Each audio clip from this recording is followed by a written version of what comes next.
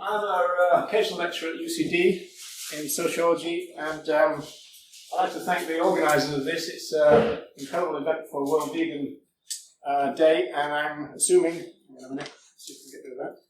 I'm assuming it's going to go on from year to year and strength to strength. Probably going to need a bigger place like the RDS, I think. Okay. Right, so that question, just going back to that question, we're going to try and just lift the lid on it, really. Kind of how do we grow up as animal-loving animal users?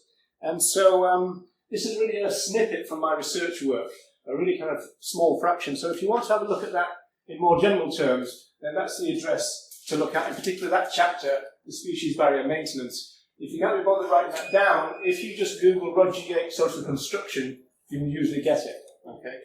Now, some of the slides are kind of fairly full, but we're just going to be picking out certain parts of it.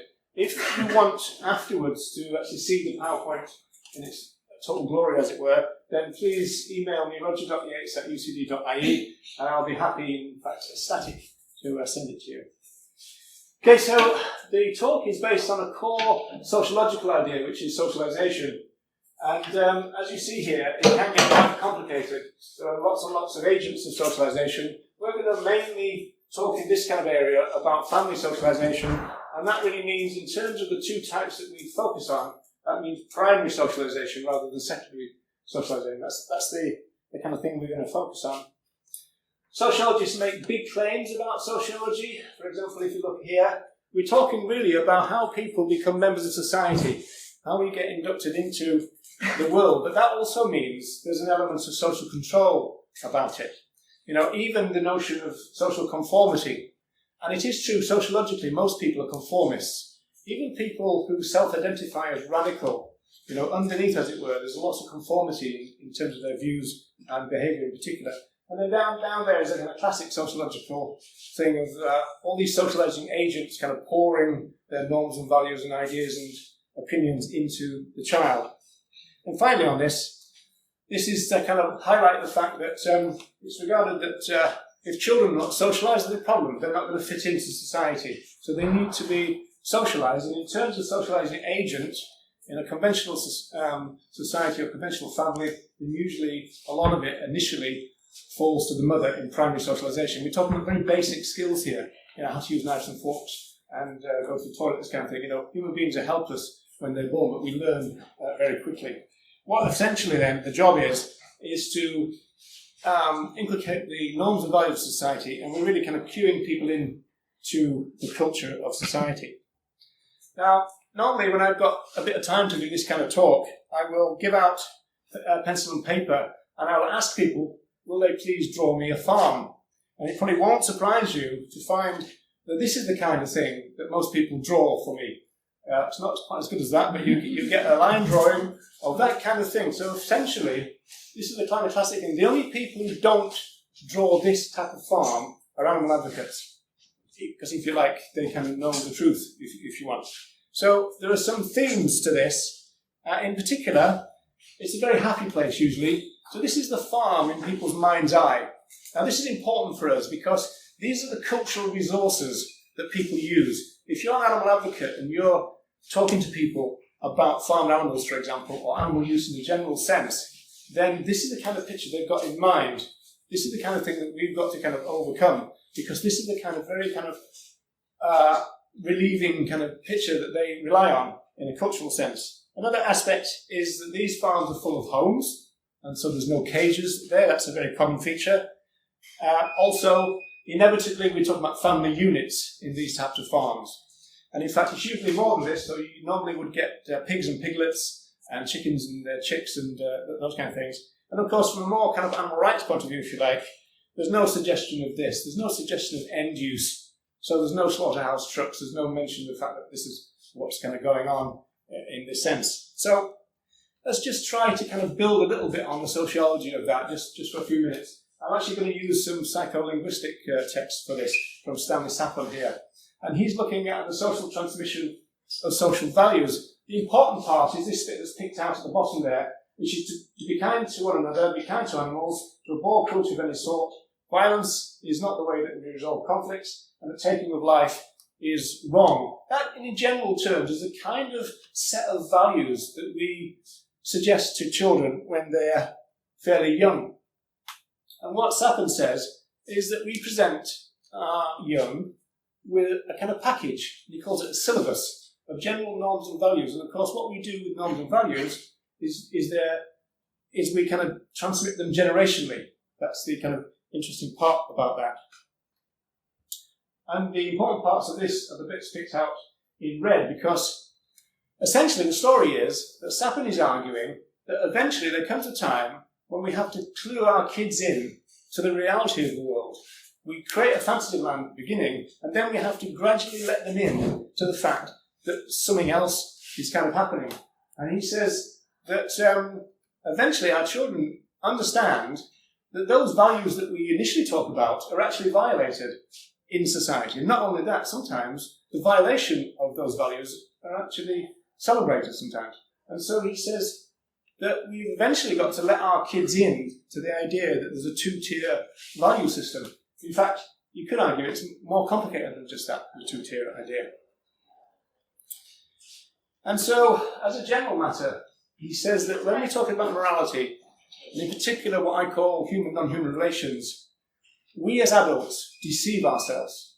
We deceive each other and we deceive our children. Essentially then, what we're talking about is a lot of core basic values that go around society are kind of based on lies, really, that we kind of collectively share. And so this is going to be, I'm going to actually read out. It says that adults typically raise children from birth to 5 or 6 years in a kind of fantasy land of ideal behaviour in the parts of the world's inhabitants. In this land of goodness and mercy, other animals are humanity's friends, and vice versa applies. And then when he looks at the publications, the kind of publications which will engender the kind of pictures that we saw before, he says, once again, there's no slaughter, there's no kill lines, and interestingly as well, in terms of kind of a blatant kind of display, there's very, very little in terms of other animals being eaten in these kind of publications for children. So this is Sapin's research question, because he wants to know about the psychological consequences of when we get older and when we kind of let in on more of the truth, if you like. So it's useful for us. What he's saying, in the sense that we need to recondition our children. At first it's all goodness and light, fantasy land, and then we slowly let them in. What that essentially means is, at this stage, we start to talk to our children about different categories. And so we start to differentiate between, say, pets, and then food animals, maybe the ones we wear. We might even use a category like vermin.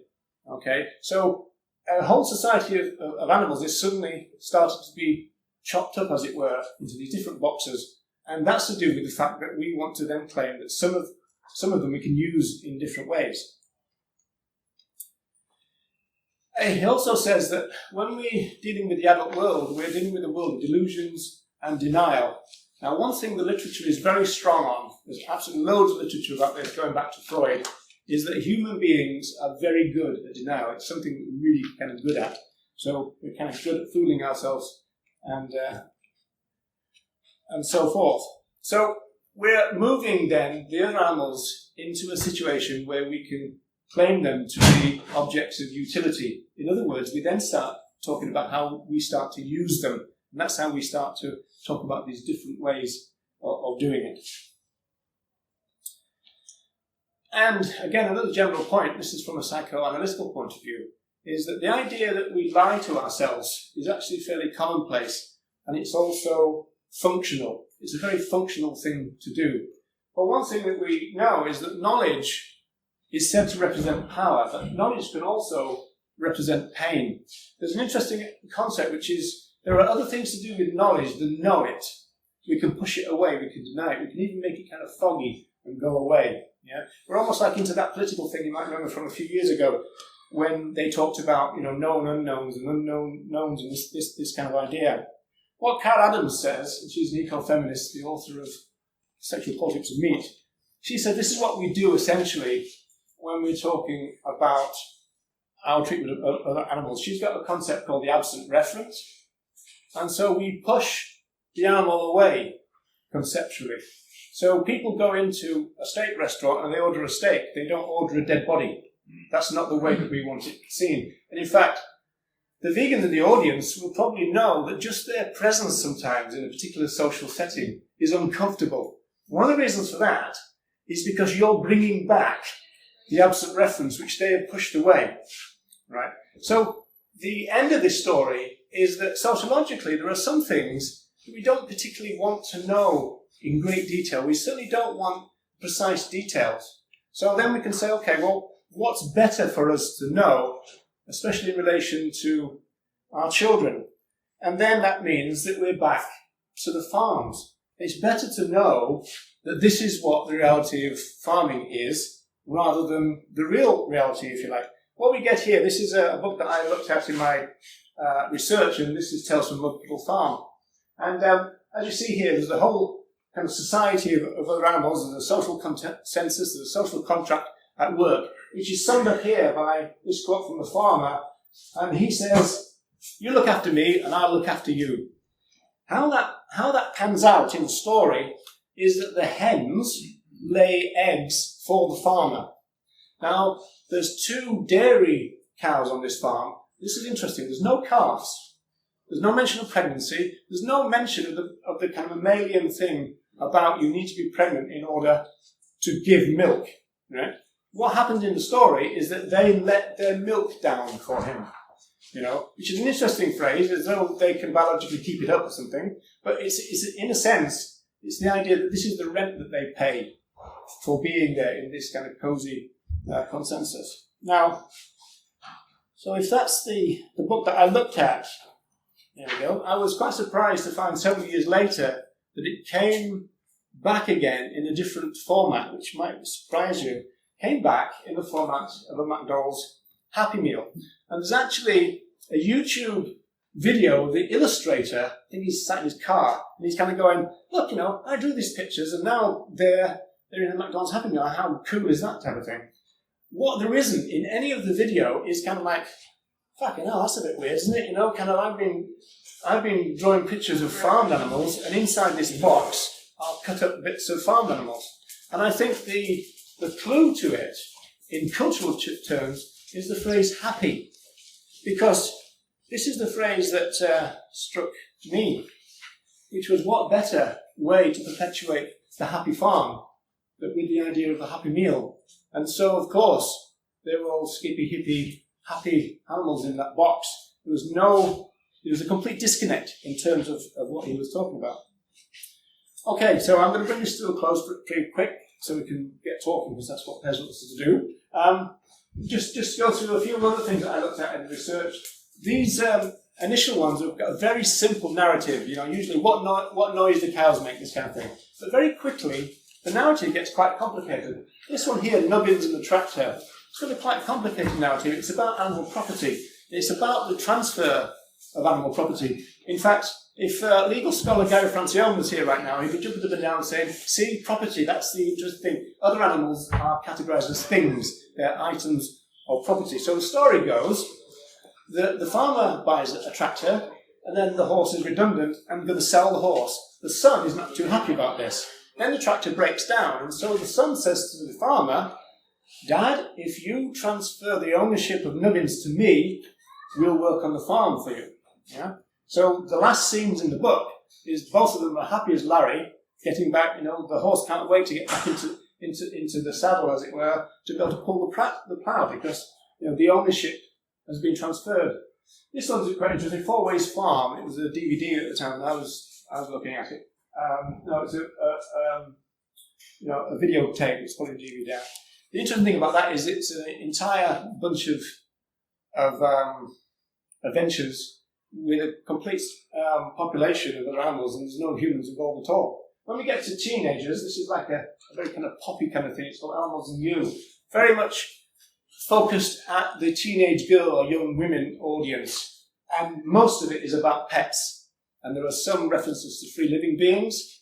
Now, farmed animals, they do appear in this kind of publication, but only as food. For example, there's a December edition where they're saying, what we're going to have for Christmas. You go, it's going to have to be the turkey and all the trimmings. So then you've got the picture of the young girl, as it were, with the pet enjoying the turkey. So if farmed animals appear in this, it's as food in a different category, as in what I was saying before. And finally, market day is like a board game, like Monopoly, and what you get there is old people kind of running around, and their job, their farmers, is to collect other animals until their farm is full.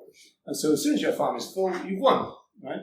Now again, on an ideological level, I mean, this is, culturally, it makes sense, but on an ideological level, it doesn't ask any questions like, well, why do farmers collect other animals in the first place? And what are they going to do with them? Not all of that is kind of missing from this kind of narrative. It's this kind of narrative, all of that we grow up with.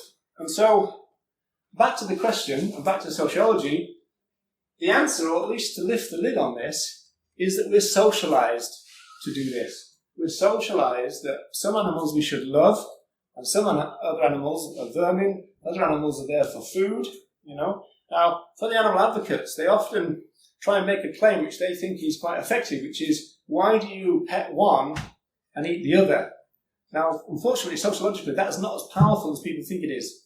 The reason people do that is because some animals are designated as pets, and so you pet them. That's the type of animal use you put those animals to. The other animals are so-called food animals. That's the type of animal use that they are put through. So we can kind of explain the fact that the values that people have, if you're on the street talking to them about veganism or whatever, the values that they come at you with are all from their childhood, growing up with these values reinforced by the whole society that effectively lies to itself. Okay, so that's enough from me, and Pez wanted me to open up to Q&A, so shall we do it? Hi. Just a question about you're saying that humans are very good at denial. Yes. And that we don't really think about what's on our plate, where it came from, or anything like that, and that's obviously a good reason for why humans keep eating meat, and that kind of makes sense as well. What about people who work in the meat industries, where we kind of see this every day?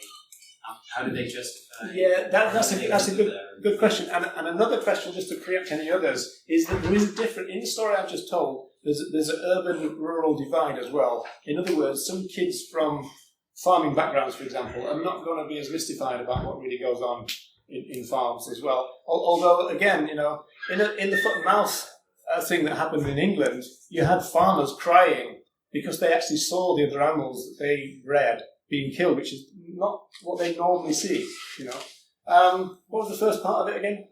Just that we're very good at denial, and that we don't think about where our food has come from. Yeah. But people who work in these industries, they can't be in denial. Yeah, well, there's a lot of thing about a lot of the people who work in these industries are kind of trapped in a poverty situation. There's a big slaughterhouse in County Meath, and most of the people who work there are Brazilian. If you look across the world, kind of slaughterhouse work and poverty goes hand in hand. Another thing that happens in slaughterhouses is that they have a really quick staff turnover because people can't quite manage to kind of live with this kind of thing. But, going back to the denial thing, we shouldn't underestimate denial. I mean, there is even cases in the research, there's no children here, is there? There's cases in research where mothers have held down their daughters to be abused and then denied it later. So denial is a very strong thing in society. We're good at it. Hi. So you said that the petting, using the argument of why would you pet one animal and eat another isn't a good kind of story to tell non-vegan.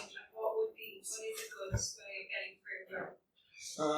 Apart from live vegan, I don't know. The thing is, what I was really saying there is that a lot of animal advocates think that's a real kind of clincher. Yeah. If you treat this animal like this, then what about the ones that you treat in a different way? And of course, for some people, they do go, oh, I never thought of it that way. But from a sociological point of view, particularly there's a discipline called functionalism, then you answer it by saying, well, that is their function.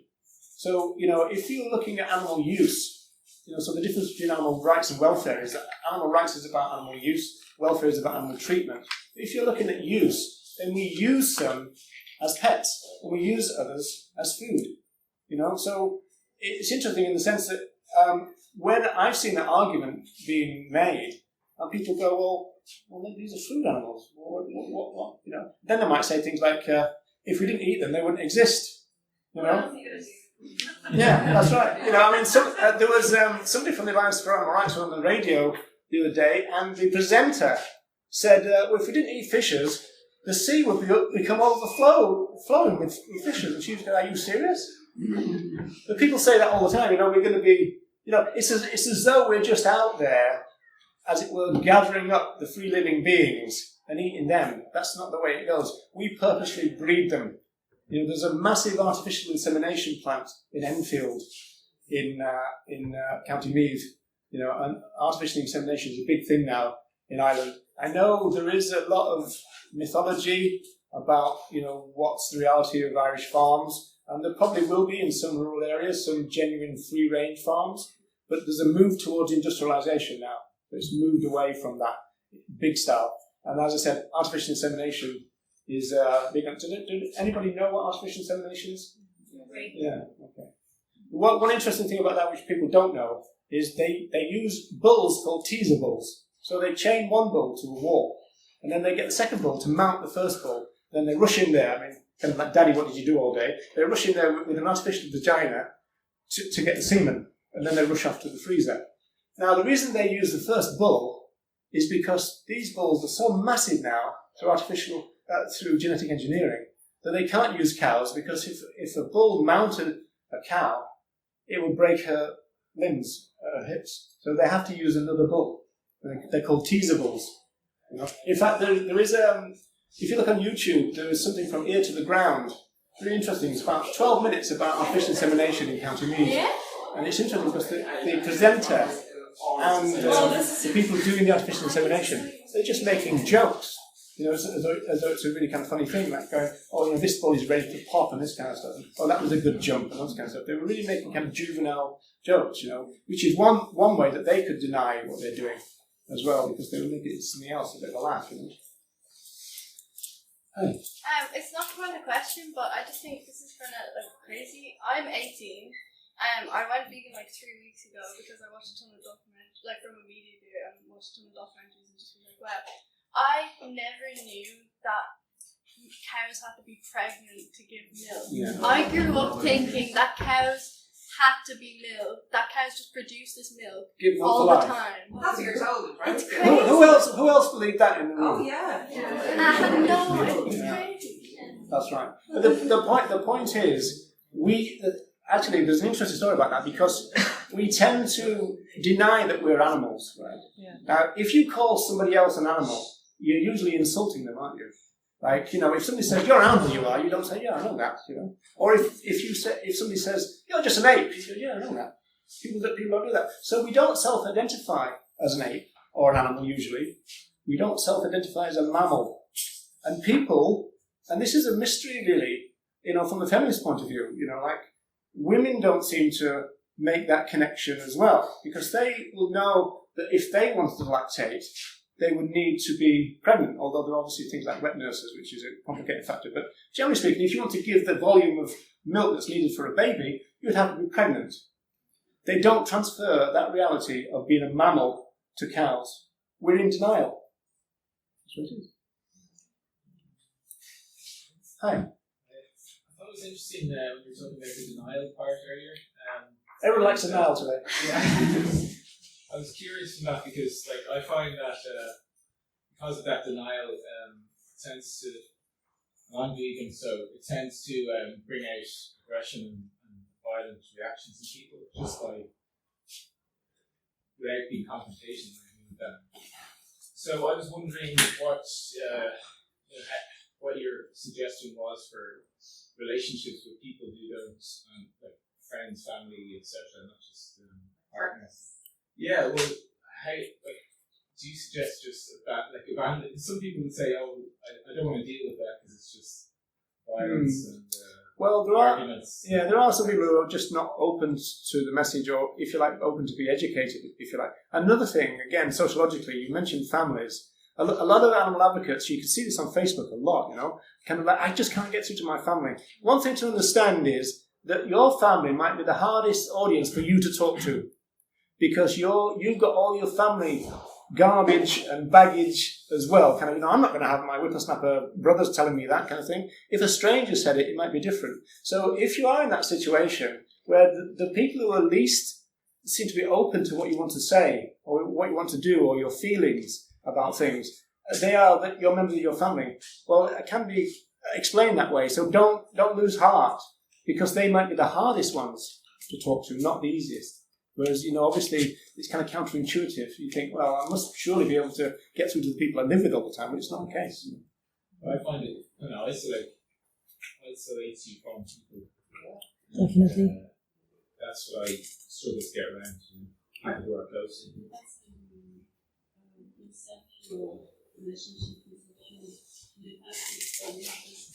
No, but just my presence, just if someone watches you, what you're eating, that's making a statement for itself, If you're sharing a house with someone.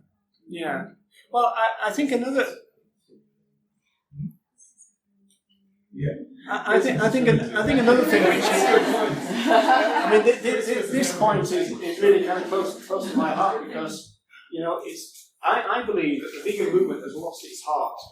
And if you look at the founders of the vegan community movement, we talk about 1944, these people were doing something which we would now call intersection in nature. They saw themselves as part of the peace movement. They saw themselves as part of the moral evolution of humanity. Donald Watson, one of the co-founders of the Vegan Society, said that veganism was the greatest cause of all. And he thought then it would be a overarching philosophy. And this is what we've lost, because time and time again now, people talk about veganism as though it's a bloody diet. It's not. It's a philosophy. It's the justice for all philosophy. When we do the stalls in Dublin streets, we've got signs saying Vegan Information Day, Justice for All. And we've got pamphlets about feminism. We've got pamphlets about all kinds of things, anti-racism, anarchy even. Stuff that is connected as a justice thing. And people come up and say, what's this got to do with it? And we say, well, it's got to do with it because we're all justice activists. Animal rights and veganism is about justice. It's not about diet. The people who want to tell you it's a diet have usually got something to sell, or they want you to be members of the Vegan Society or something. The people who tell you it's a philosophy are giving you a grander vision. Now, some people dismiss that as utopian, and I've said on the radio there is a utopian element, I suppose, to veganism. But the idea, if we had a vegan world, we would have a much less violent world. There'd be much more peace. People would get on. It's anti-war. It's anti-discrimination. It's for democracy. And it's just for justice. Some people argue, well, can you have all that along with capitalism? So we get into difficult areas then. And it's probably true that, the mode of production we call capitalism is probably not conducive to a vegan world. Because capitalism is about, sociologists call it dog eat dog, not a very vegan phrase. But, it's about making profit on the backs of others. That's what capitalism is all about, obviously, capitalism is more flexible than what Marx thought it was, because he thought it had its seeds of its own destruction in there. It ended up being much more subtle than that. But even so, whether it's conducive to the kind of world that we want as vegans is a very dodgy idea. Just to, talk about the isolation thing there, I'm very much felt that times family and friends have known for years. But I do think that generally that moving, spending more time with vegans makes it easier when you go back to those relationships, and people understand where you're going from. And probably, personally, I just, I find it harder to spend time with people who have no interest in the systems of their families, because it becomes almost to me like, it's discrimination. You don't want to hear about it, and may as well be sitting with someone who's sexist or racist. Just keep the idea alive, space. Well, I would start with some people. Like some of my friends come with me, that people in this direction, and others who haven't. So who's to say that some people you don't see for a while might go vegan eventually, because it is going to happen. Yeah, there are other situations which are similar to our situation. Like, for example, I actually teach the sociology of humour, and you do then have a kind of management problem. If somebody starts telling racist or sexist jokes, what do? You know, do you stop being their friend, or do you carry on trying to educate them? It's a very similar kind of thing. Really. And if they don't want to hear or they don't want to be educated, what to do then? That's right. Sometimes if they want to take the piss, they'll just ramp up their sexism and racism and stuff, and that's where you then have to make a decision. These people are not my friends after all, because our values are just too divergent, you know. And then also you can spend most of your life just complaining to people, or trying to point out things, or trying to criticize. Yeah, you don't want to be doing either. One rule of thumb is that if there's somebody who's really blocked to what you want to say, move on to somebody else. Because the thing is, social change doesn't mean that we've got to convince everyone, or even 51% that have Someone else will sense. do that. Yeah.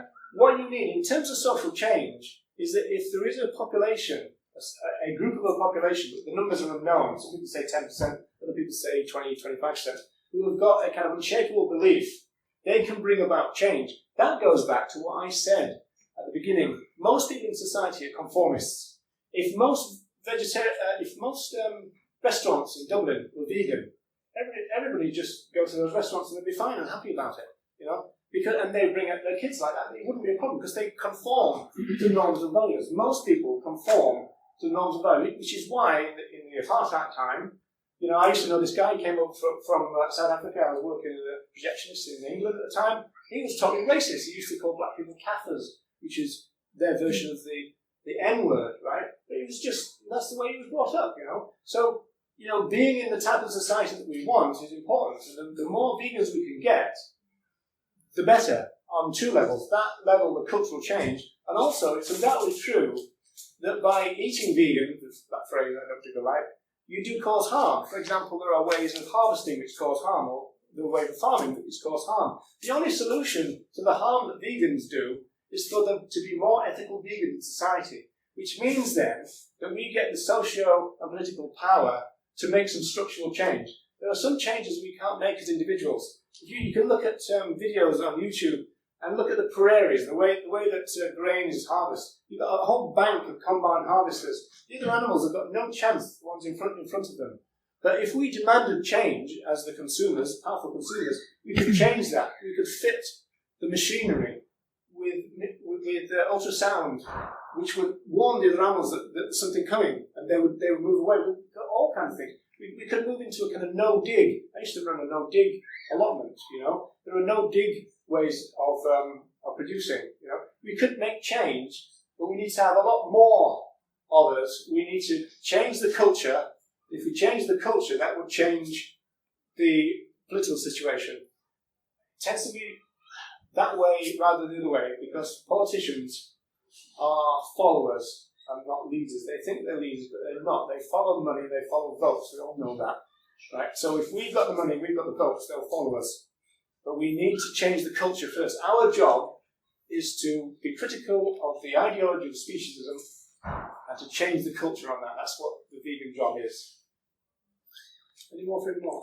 Sorry, Roger. Just reaching back for a moment to what Fergal and Liz, you guys were talking about the isolation piece of the feeling of the frustration. Just, I don't know how many new vegans we have. I know you guys have been vegan for a while, but I know that there's a few of us who've only recently gone vegan. It's just that if you feel that your immediate surroundings are kind of getting to you, and you've realised that you've made that decision to go vegan, and you've made that decision to change your life for the better and try to cause less harm to non-human animals, and you're frustrated that your nearest and dearest don't understand that, like maybe it's your best friend, your significant other, your mum, your dad, whoever, you know, just to kind of make sure that you educate yourself on ways to you know, take a moment for yourself and care for yourself.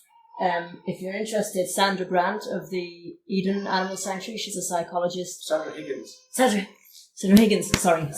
yes. Sandra Higgins, she's done a lot of work around this, so if you want to just Google her name and Google her work, she's done a lot of kind of self-care for activists type of thing. So don't let it get to you, and don't let that, the fact that other people aren't really listening to you, don't let that weaken your resolve, you know? don't forget you're a revolutionary, one of the most important people around. You say the vegan movement's kind of lost its heart a little. Do you feel that there's momentum building though? You look at how many people are here today. It's like I've only been vegan 2 years. I don't know that much about it, but I would think that Yeah, in the 50s or even the 70s, there was I was talking about the kind of general discourse. There is some research which suggests that, in fact, they conflate quite often. Research on the vegan movement is very bad because often they conflate veganism and vegetarianism, which is problematic in the first place. You know, vegetarianism is a diet, veganism is a philosophy. But the research is suggesting that up to 80% of people who go vegetarian stroke vegan go back to eating flesh again. The research suggests that the ones who don't do that are ethical vegans. Now, ethical vegans is a problematic, controversial phrase because ethical vegans just means vegan. Everybody who's vegan is an ethical vegan. It's just that there are other categories now that people talk about, you know. And then you've got other parts of the movement who want to kind of like make things easier than it is to bring the masses in. And so somebody wanted to propose the idea of lacto-vegan. Somebody came up with the idea that it was okay for a vegan to eat venison if you're kind of walking through a wood and a deer happens to drop dead in front of you, then, you know. And in certain circumstances, you know, honey has always been a problem, you know. And this idea of backyard hens, that's always been an issue. So there is a lot of push going the other way as well. It's called reducitarianism. You'd wonder whose payrolls they're on. Exactly, yeah. You would, yeah. I think Well said. I'm glad you said that, not me. I think that is a good one to talk about actually, the backyard events, because I've met quite a number of vegans who actually don't know what you're talking about. They might not do it themselves, but they know people who say, well, it's okay, you know, because they're giving them a nice life or whatever. Yeah, well, I mean, my answer to it, because I'm a rights-based, again, problematic phrase, we talk about ethical vegan being a problematic phrase. I describe myself as a rights-based animal rights advocate. And the reason I have to say this long-winded thing is that most people in the animal rights movement do not adhere to the philosophy of animal rights. Most people, and most of the big groups, if you talk about Animal Aid, PETA, anyone that you might know, they tend to follow the philosophy of Peter Singer. Now, Peter Singer doesn't believe in rights, not even human rights. He says that rights is not a good basis for a ethical position. He's a utilitarian.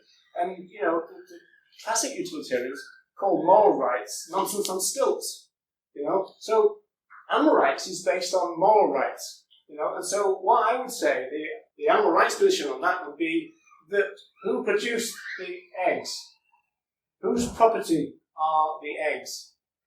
They belong to the chickens.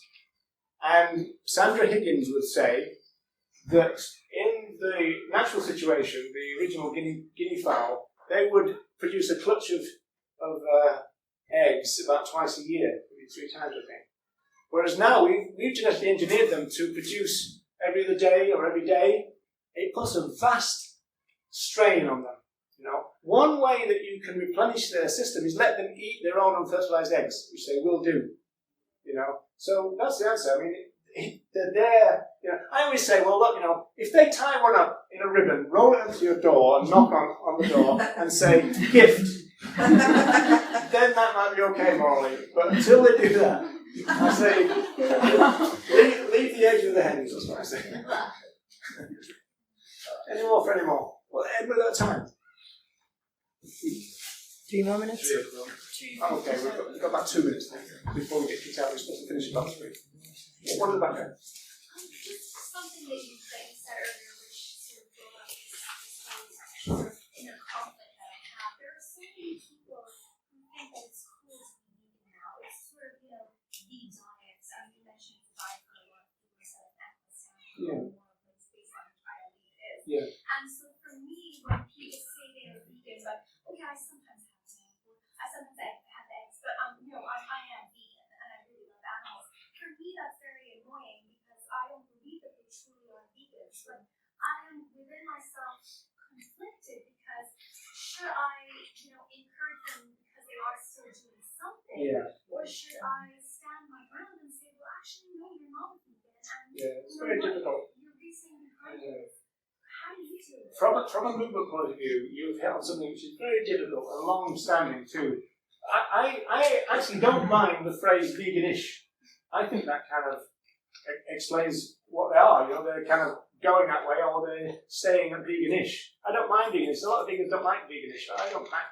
mind that, because if you're veganish, it means you're not vegan. So it's kind of suggesting that there is something different about the two things, which is true. You know, so I kind of deal with it that way. Another good way of thinking about it is the fact that used to be traditionally in the movement. I mean, I've been a vegan since 1979, right? So in the 1980s, we used to say things like, "Go vegetarian first," you know. And then I know loads of people who got stuck in vegetarianism, particularly about cheese, you know, because of the casomorphine, the type of morphine that's actually addicted to it, you know. And so what we say now in the modern movement, we say be as vegan as possible, yeah, because everybody expects people to make incremental steps and to reach just the dietary aspects on their own. What I tend to think is that if we ramp up the truth that veganism is a philosophy, it would help the person that you're talking about to be not veganish and vegan, because when people have got an ethical reason, it kind of firms up their view, and that's what the research is saying. If you've got an ethical reason to do something, then you're not as tempted by things, you know. I mean, you know, as a vegan since 1979, it's difficult for me to think that anybody is not tempted by all the brilliant, you know, vegan foods about. I mean, there wasn't any soy milk when I went vegan, you know, this kind of stuff. But yeah, I just think that, well, you know, if we encourage people to understand the origins of veganism, which is a justice for all movement, which cared for everybody and was part of the peace movement, stands for non-violence. I mean, they started the Vegan Society at the time of war, 1944. Now, they've all got this kind of image of being little pottery kind of gardeners and everything. They were really radical people. They were conscience objectors at the time of war. They started veganism, and the interesting thing as well, 21st century vegans probably don't realise that the initial vegan pioneers were told by everybody they were going to die. Literally, they were going to die if they didn't eat animal products, because that was the thing. All the doctors said they were going to die, you know. So they had I always kind of quip that they said, okay, well, I'll risk it for a vegan biscuit kind of thing. And that's kind of what they did, you know. And so some of the early pioneers, like Watson, they had to speak for a long time about health. They had to prove that it was possible. We don't have that problem anymore. In fact, we know it, you know, in terms of health, it's great. You know, I mean, there's health benefits that, you know, we didn't even dream about. And, you know, here they are. But that still doesn't change the fact that at heart, we're talking about an ethical position about our relations with other sentient beings, you know, and with each other, and with the planet itself. Veganism's got a lot of answers, says a lot of things like that, says a lot of things about feminism, anti-racism, discrimination, hierarchy, says a lot of things about that. If we talk more about that, I think people that you're dealing with might kind of go, oh, hang on, there's a bit more to it than I thought. I think we might have to go on.